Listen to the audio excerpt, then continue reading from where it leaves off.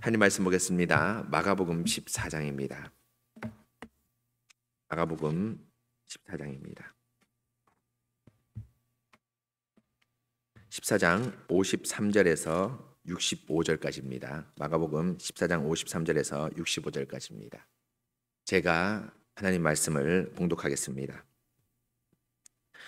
그들이 예수를 끌고 대제사장에게로 가니 대제사장들과 장로들과 서기관들이 다 모이더라. 베드로가 예수를 멀찍이 따라 대제사장의 집들 안까지 들어가서 아랫사람들과 함께 앉아 불을 쬐더라. 대제사장들과 온 공회가 예수를 죽이려고 그를 칠 증거를 찾되 얻지 못하니 이는 예수를 쳐서 거짓 증언하는 자가 많으나 그 증언이 서로 일치하지 못함이라. 어떤 사람이 일어나 예수를 쳐서 거짓 증언하여 이르되 우리가 그의 말을 들으니 손으로 지은 이 성전을 내가 헐고 손으로 짓지 아니한 다른 성전을 사흘 동안에 지으리라 하더라 하되 그 증언도 서로 일치하지 않더라. 대제사장이 가운데 일어서서 예수에게 물어 이르되 너는 아무 대답도 없느냐? 이 사람들이 너를 치는 증거가 어떠하냐 하되 침묵하고 아무 대답도 아니하시거늘 대제사장이 다시 물어 이르되 내가 찬송받을 이의 아들 그리스도냐? 예수께서 이르시되 내가 그니라. 인자가 권능자의 우편에 앉은 것과 하늘 구름을 타고 오는 것을 너희가 보리라 하시니 대제사장이 자기 옷을 찢으며 이르되 우리가 어찌 더 증인을 요구하리요? 그 신성 모독하는 말을 너희가 들었도다. 너희는 어떻게 생각하느냐 하니 그들이 다 예수를 사형에 해당한 자로 정죄하고 어떤 사람은 그에게 침을 뱉으며 그의 얼굴을 가리고 주먹으로 치며 이르되 선지자 노릇을 하라 하고 하인들은 손바닥으로 치더라. 아멘. 사랑하는 성도 여러분, 오늘 특별 새벽 기도의 마지막 날 예수님의 십자가에 못 박히신 그 날을 기념하는 날입니다. 보통 교회 역사에서 이 성금요일이라고 해서 금요일을 아주 기념하는 날인데요. 성까지는 제가 생각할 때는 붙일 필요는 없을 것 같습니다.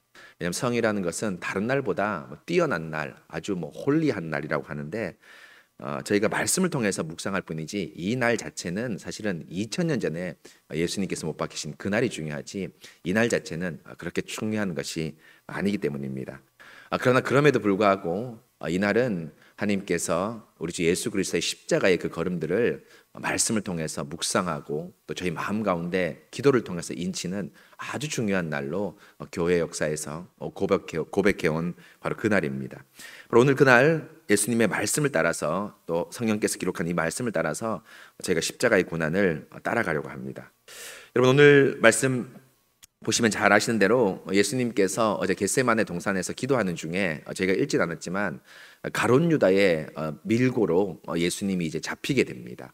그 잡히게 된 그 다음 행적이 바로 금요일 아침 일찍 혹은 새벽에 대제사장 이 대제사장의 집으로 와서 신문을 받고 또 그 신문에서 이 빌라도에게 넘어가고 또 빌라도에게 최종적으로 사형 언도를 받으면서 이제 오늘 정오쯤 예수님께서 십자가에 못 박히시는 그 날이 이제 금요일에 이 날인데요. 오늘은 그 사건 가운데 하나인 대제사장 집에서 예수님이 빌라도에게 최종적 사형 언도를 받기 전에 그 이전에 예비 신문이라고 할까요?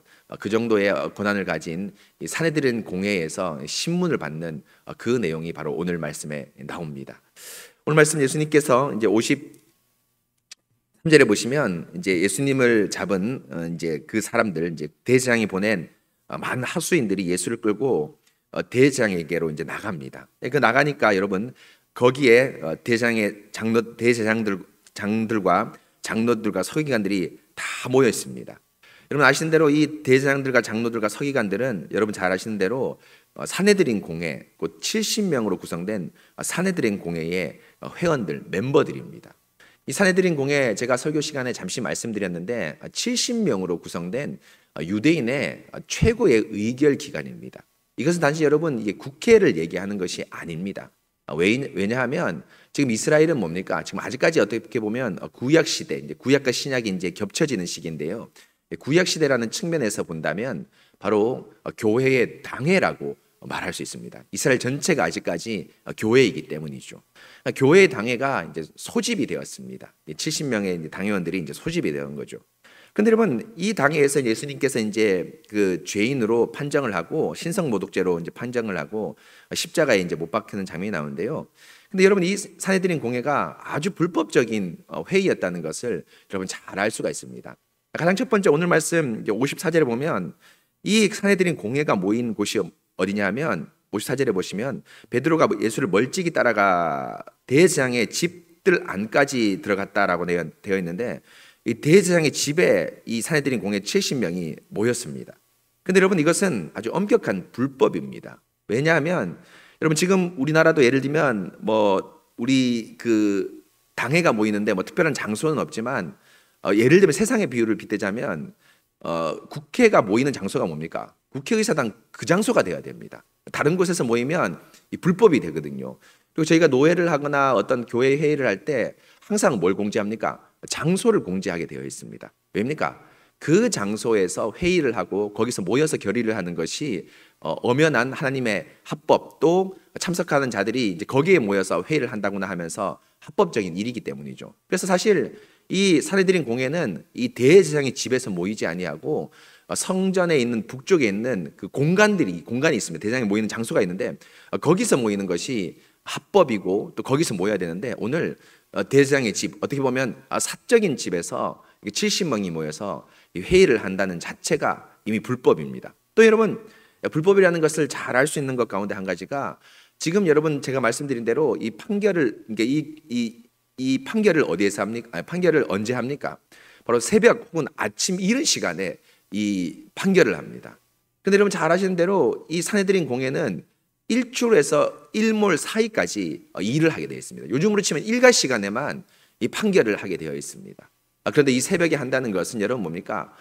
아주 긴급한 일이라기보다는 이 불법적인 사항을 백성 모르게 밀란이 날까 들어와서 백성 모르게 판결을 하는 그런 것이죠. 또 하나 여러분 이 불법이라는 사실이 이 예를 들면 절기나 안식일이나 또 안식일의 준비일, 토요일의 준비일이 어디입니까? 금요일이죠. 자, 바로 지금 이 시점인데요. 이 금요일, 안식일의 준비일인 금요일이나 안식일 혹은 절기 때는 이 산헤드린 공회가 열지 않습니다. 왜입니까?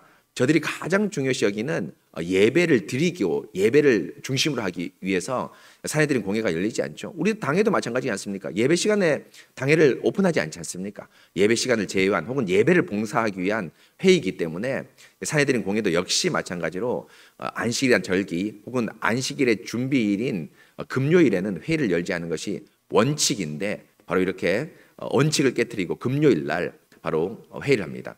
또 마지막으로 한 가지만 더 말씀드리면 지금 여러분 오늘 읽으신 대로 예수님을 신문하고 난 이후에 유죄 판결을 내리지 않습니까? 신성 모독죄로 정죄를 하고 사형 언도를 내리고 오늘 말씀 맨 끝에 보면 침을 뱉고 백성들이 예수님을 조롱하는 장면이 나오고 있습니다. 이 판결이 이미 내려졌다는 겁니다. 그런데 여러분 우리도 잘 아시는 대로 유죄 판결을 내리는 것은 지금 이렇게 사형에 처하는 것인데요. 너무 신중하고 중요한 일이기 때문에 산헤드린 공회에서 내리는 유죄 판결은 심리를 오늘에 했다면 판결은 최소한 하루를 걸르게끔 하루를 지나고 나서 판결을 하게끔 합니다. 왜입니까? 그 죄인 비록 죄인이지만 우리가 잘 심리를 했나 잘 증인들을 살폈나 확인하고 나서 최소한 하루 정도의 시간을 가지고 판결을 내리는 것이 원칙인데 바로 그 원칙을 깨뜨리고 바로 뭡니까? 그 자리에서 소위 말하면 즉결 심판을 하는 이 장면들이 바로 나오고 있습니다. 바로 여러분 불법적인 회의를 이제 하는 것이죠. 그러나 가장 큰 불법은 여러분 뭡니까? 예수님을 정죄하려고 하면 죄인을 정죄하려고 하면 또 어떤 것이 있습니까? 증인들의 증언들이 사실 일치해야 됩니다. 오늘 여러분 말씀 보시는 대로 56절 59절에 보면 두 번이나 그 증인들도 서로 일치하지 않았다라고 말씀을 하는데요. 신명기에 보면 증인들이 최소한 몇 명 이상이 요구됩니까? 2명 이상이 요구됩니다. 2명 이상이 요구됩니다. 그렇기 때문에 예수님도 70인 제자를 파송시킬 때 어떻게 파송시킵니까? 2명 이상을 2명을 파송시키지 않습니까? 왜입니까? 이들이 증거하는 복음의 증거, 예수 그리스도의 증거가 맞다라는 것을 확증하기 위해서입니다. 그런데 증인들이 서로 일치하지 않습니다. 뭡니까? 바로 불법 증인으로 세웠기 때문에 예수님이 죄가 없기 때문에 이 증언들이 일치하지 않는 것이죠. 그럼에도 불구하고 유죄 판결을 내리고 있습니다. 그럼 여러분 이제 그 유죄 판결을 한번 보도록 하겠습니다. 오늘 말씀 60절을 보면 예수님께서 대제사장이 이제 신문을 합니다. 거짓 증인을 세웠는데 도저히 신문이 안 되니까 증거들이 일치하지 않으니까 대제사장이 신문을 하는데요. 61절에 보면은 이렇게 얘기합니다. 침묵하고 아무 대답도 아니하시거늘. 예수님께서 대제사장이 질문을 하는데 아무 대답도 안 하십니다. 그러니까 대제사장이 61절에 자기 마음 가운데 깊이 있는 또 자신이 증거를 수집하고 모은 그 증거를 이 예수님에게 신문을 하죠. 어떻게 신문합니까? 대제사장이 다시 물어 이르되 내가 찬송받을 이의 아들 그리스도냐라고 묻습니다. 여러분 이 질문 자체를 논하기 전에 지금 대제사장은 뭡니까? 재판관입니다. 그렇죠, 재판관입니다. 변호사, 검사가 있다면 여기 중간에서는 재판관인데요. 재판관이 증거를 들이대는 것은 여러분 불법이죠. 재판관은 뭐합니까? 변호사와 검사의 얘기를 듣고 정확하게 판정을 내리는 사람이지 증거를 대서 판결을 그러니까 이 변호사나 혹은 검사 같은 역할을 하는 자가 아니죠. 그런데 재판관 대제사장이 증거를 들이대면서 이렇게 얘기합니다. 뭐라고 얘기합니까? 네가 찬송받으실 이의 아들 그리스도냐? 이제까지 갈릴리에서부터 예수님의 행하는 행적들을 이들이 다 수집하고 있었습니다. 다 관심을 모으고 초점을 모으고 있었습니다. 바로 그 결론을 내는 거죠. 바로 뭡니까? 네가 하나님의 아들이냐라고 묻습니다. 그러니까 예수님께서 62절에 이렇게 얘기하죠. 예수께서 대답하여 이르시되 내가 그니라 맞다. 네 말이 맞다라고 이야기를 합니다. 내가 찬송받으실 이의 아들이 맞다라고 얘기합니다. 그러면서 뭐라고 얘기하냐면 인자가 권능자의 우편에 앉은 것과 하늘 구름을 타고 오는 것을 너희가 보리라라고 이야기를 합니다. 바로 여러분 62절에서 예수님이 네가 말한 대로 하나님의 아들이 맞고 나는 구약에서 예언된 인자가 권능자의 우편에 앉은 자고 나중에 하늘 구름을 타고 오는 것, 하늘 구름을 타고 올 것이다라고 아예 이 제사장의 그 말에 못을 박으면서 구약의 말씀을 증거하면서 예수님께서 자신이 하나님의 아들이 맞다라고 말씀하고 있습니다. 그런데 여러분 이 말씀은 아주 중요한 말씀인데요. 네 말이 맞다라고 호응하는 그 자체, 증거를 대는 그 자체를 넘어서서 지금 이 대제사장의 거짓 증언은 곧 거짓 대제사장의 역할을 거꾸로 뜨리고 자기가 참된 제사장이라는 것을 말씀하고 있는 아주 확증하는 말씀입니다. 왜입니까 여러분? 62절에 이 말씀이 특별히 인자가 권능자의 우편에 앉은 것과 라는 이 말씀 여러분 시편 110편 1절을 인용한 말씀입니다. 뒤에 인자가 구름을 타고 온다는 것은 다니엘서 7장에 나오는 말씀인데요. 그 앞에 인자가 권능자의 우편에 앉은 것이라는 것은 시편 110편 1절에 나오는 말씀입니다. 여러분 이 말씀 너무너무 유명합니다. 제가 한번 읽어드릴게요. 110편 1절입니다. 여호와께서 내 주에게 말씀하시기를 내가 내 원수들로 내 발판이 되게 하기까지 너는 내 오른편에 앉아 있으라 하셨도다 라는 이 말씀 여러분 너무 유명한 말씀이죠. 오늘 여기에서 나올 뿐 아니라 예수님이 바리새인과 논쟁에서도 이 말씀을 인용 한 번 더 합니다. 뭐라고 얘기합니까? 예수님이 하나님이라고 주장하니까 여러분 뭡니까? 예수님이 이 말씀을 인용하면서 여러분 뭡니까? 다윗도 나를 뭐라 불렀다? 주로 불렀다 라고 말하는 겁니다. 왜냐하면 이 시인 저자가 다윗인데요. 다윗이 내 주에게 말씀하시기를 할 때 이 주는 바로 누구다? 나다라고 하는 그 예수님의 공생의 논쟁 가운데 이 말씀을 인용합니다. 근데 여러분 이 말씀을 인용한 아주 중요한 이유가 있습니다. 예수님께서 왜입니까? 여러분 이 말씀 110편에서 너무너무 유명한 구절이 많은데 그 중에 여러분 아는 유명한 구절 딱 두 가지 뽑으라면 이겁니다. 3절에 보면 110편 3절에 보면 주의 권능의 날에 주의 거룩한 옷을 입고 즐거이 헌신하니 새벽 이슬 같은 주의 청년이 죽게 나오는도다. 여러분 이거 너무 유명한 구절이죠. 전쟁터에 장수가 나가는데 새벽 이슬 같은 주의 청년들이 나와서 그 장수의 힘을 복돋운다라는 것이 3절의 내용입니다. 그런데 여러분 이것 못지않게 더 중요한 구절이 있죠. 그 다음 4절인데요. 여러분 잘 아시는 것입니다. 여호와는 맹세하고 변하지 아니하시리라 이르시기를 너는 멜기세덱의 서열을 따라 영원한 제사장이라 하셨도다. 이 말씀입니다. 멜기세덱의 반차를 따라 멜기세덱의 계열을 따라 너는 영원한 대제사장이라 라고 한 말씀입니다. 여러분 이 말씀 뭡니까? 여러분 기억나시죠? 지금 전쟁터에 장수가 나가는데 우리가 3절까지만 읽으면 뭡니까? 말 그대로 칼싸움하는 전쟁입니다. 그런데 갑자기 4절에서 이 전쟁터에 나가는 장수를 뭐라고 뭐라고 말씀하고 있습니까? 대제사장이라고 얘기하고 있습니다. 무슨 말입니까? 전쟁터에 칼과 총을 들고 나가는 그런 장수를 얘기하는 것이 아니라 어떤 장수다? 너희를 위해서 십자가에 못 박히는 장수다라고 말하고 있습니다. 그렇기 때문에 갑자기 이스라엘의 대제사장의 원류격이라고 말할 수 있는 멜기세덱을 이 시인이 다윗이 인용하고 있습니다. 그건 뭡니까? 다윗이 여러분 칼과 창으로 이스라엘 지켰죠. 그렇지 않습니까? 칼과 창으로 이스라엘 지켰죠. 그러나 다윗도 알았습니다. 진짜 우리 교회 이스라엘 교회를 지키는 자는 어떤 자이다? 칼과 창으로 지키는 자가 아니라 우리의 마음에 있는 죄를 지키는 대제사장이 우리의 참된 메시아라는 것을 다윗이 알았기 때문입니다. 왜입니까? 여러분 칼과 창은 여러분 뭡니까? 애굽 왕도 지킬 수 있고 여러분 바벨론 왕도 지킬 수 있고 지금 미국도 지킬 수 있습니다. 칼과 창은 여러분 겉으로 드러난 상징입니다. 핵심은 뭡니까? 우리 마음 가운데 죄를 지키는 겁니다. 죄를 여러분 뭡니까? 우리 마음 가운데 그 마음을 죄로부터 지키는 것이 참된 왕의 조건이라는 것을 다윗이 알았습니다. 그건 여러분 뭡니까? 바로 예수님이 이걸 인용한 겁니다. 내가 전능자의 보좌의 우편에 앉아있다. 그냥 내가 지금은 힘이 없고 너한테 뺨 맞고 너한테 욕을 당하지만 나중에 힘 있는 자로 내가 나중에 성공한 자로 내가 오겠다. 이 얘기를 하는 것이 아닙니다. 너는 뭐다? 거짓 대제사장이다. 불법으로 회의를 열고 말씀에 따라서 증인도 갖추지 않고 더군다나 이 회의를 여는 목적이 뭡니까? 자기의 이권이 달렸기 때문입니다. 지금 모든 백성의 마음이 누구한테 쏠렸습니까? 예수님한테 쏠렸죠. 그러니까 여러분 자신의 모든 이권들이 파탄나는 겁니다. 그런데 자신의 이권을 잡으려는 곧 백성들에게 지지를 받고 먹거리 자신의 생계를 유지하기 위한 너의 그 불법적인 행위를 예수님께서 엄히 꾸짖으시면서 너는 참된 제사장이 아니라고 얘기합니다. 그래서 여러분 제가 예전에 말씀드린 대로 오늘 읽은 53절에 보면 대제사장들이라고 되어 있습니다. 원래 제사장은 여러분 몇 명입니까? 한 명입니다. 한 명이죠. 그 아들의 후보군이 있긴 하지만 대제사장은 한 명입니다. 그런데 대제사장들이라 되어 있습니다. 여러분 뭡니까? 불법적인 대제사장이 여러 명 있는 겁니다. 안나스, 가야바 여러분 기억나죠? 요한복음에 보면 가야바 지금 가야바가 신문하는데요. 그 장인 안나스입니다. 안나스도 대제사장이라고 부릅니다. 바로 여러분 뭡니까? 너는 불법적인 대제사장이다. 그러나 나는 진짜 하나님께서 세우신 대제사장이다. 그리고 나는 지금 뭘 하고 있는 것이다?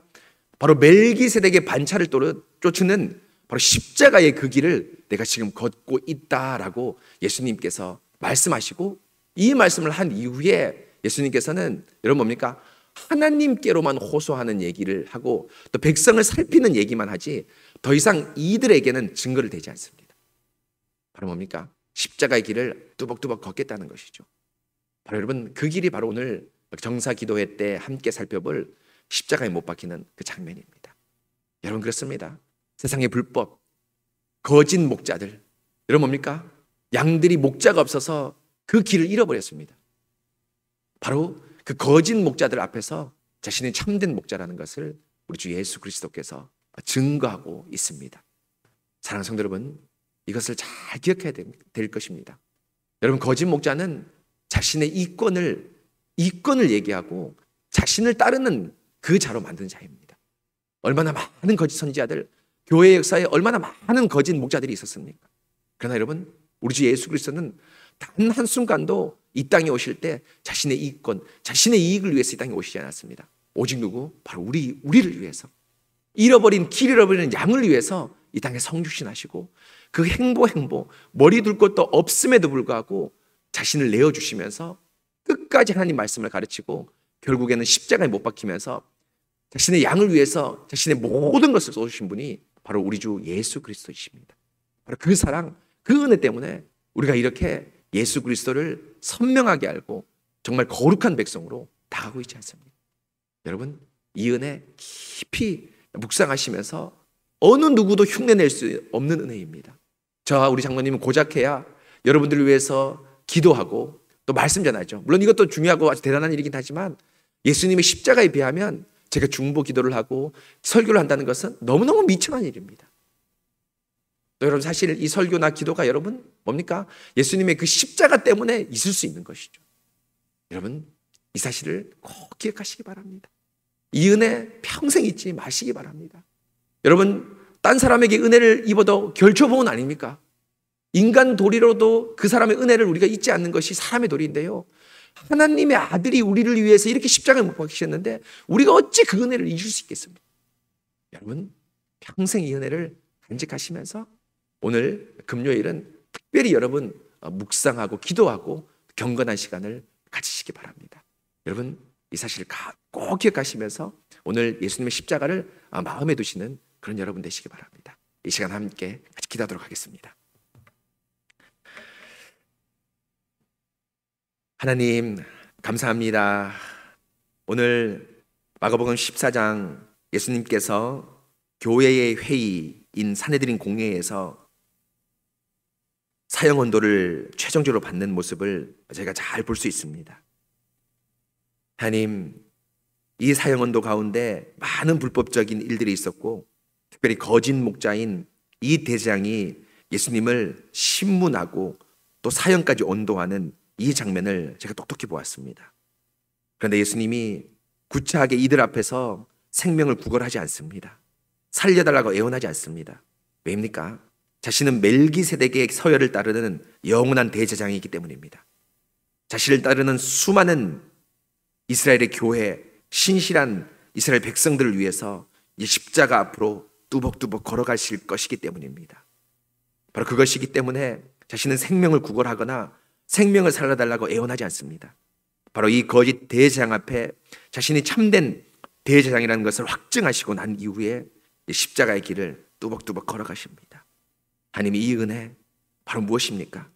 자신 마음 깊은 곳에 당신의 백성, 자신의 양들을 살리겠다는 그 일념 하나로 이 길을 걸어가시는 예수님을 볼 수 있습니다.